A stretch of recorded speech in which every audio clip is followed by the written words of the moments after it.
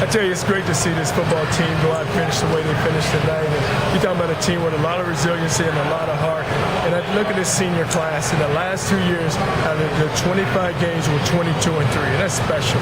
You know, it was high expectations this season, and just to see us finish and to get in overtime with the last regular season game, you know, I can't be more proud of this football team. A special group.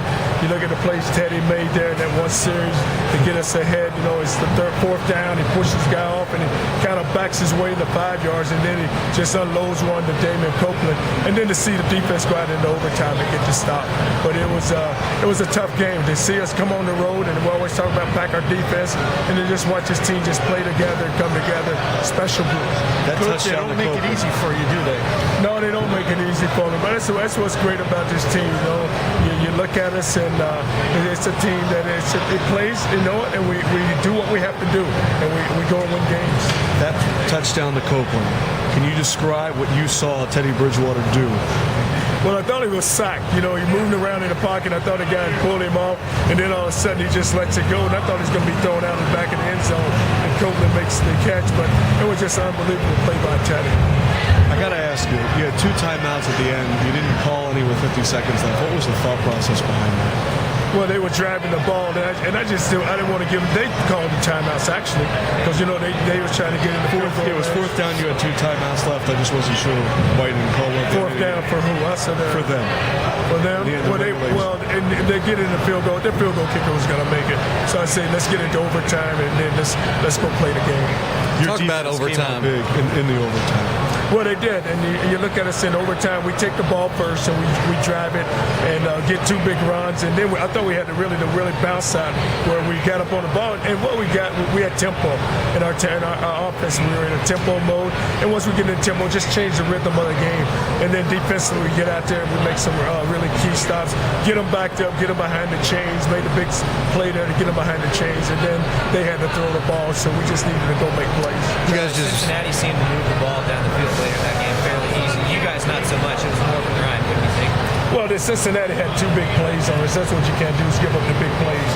But you know what we did, but we moved it and we scored, and they scored. So it's, you know, at the end of the day, we ended up with the victory.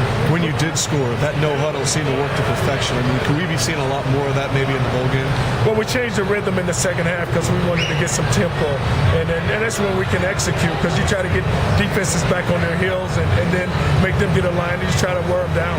After a season where we kept asking you, is this disappointing, is this disappointing? You have 11 wins and you're going to Florida for a bowl game. How does that feel? Well, everybody thought it was disappointing. You said they're 10-1. I thought we were 1-10.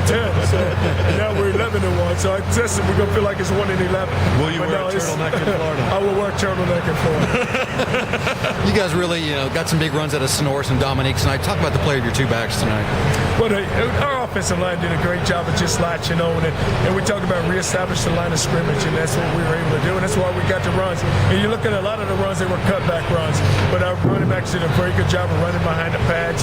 But we needed to establish, we need to be balanced in the run and pass game. And the decision to, you basically just handed the ball to Dominique in overtime? Yes, and we didn't want to have to, we made a throw there, we got the pass interference, but Dominique was running so well, the offensive line was blocking. One more for Coach. We're good? I guess I just... It is such a weird situation with the 1 year before the ACC. It's 11 wins before BCS. How do you feel? How do you describe what you guys did this season?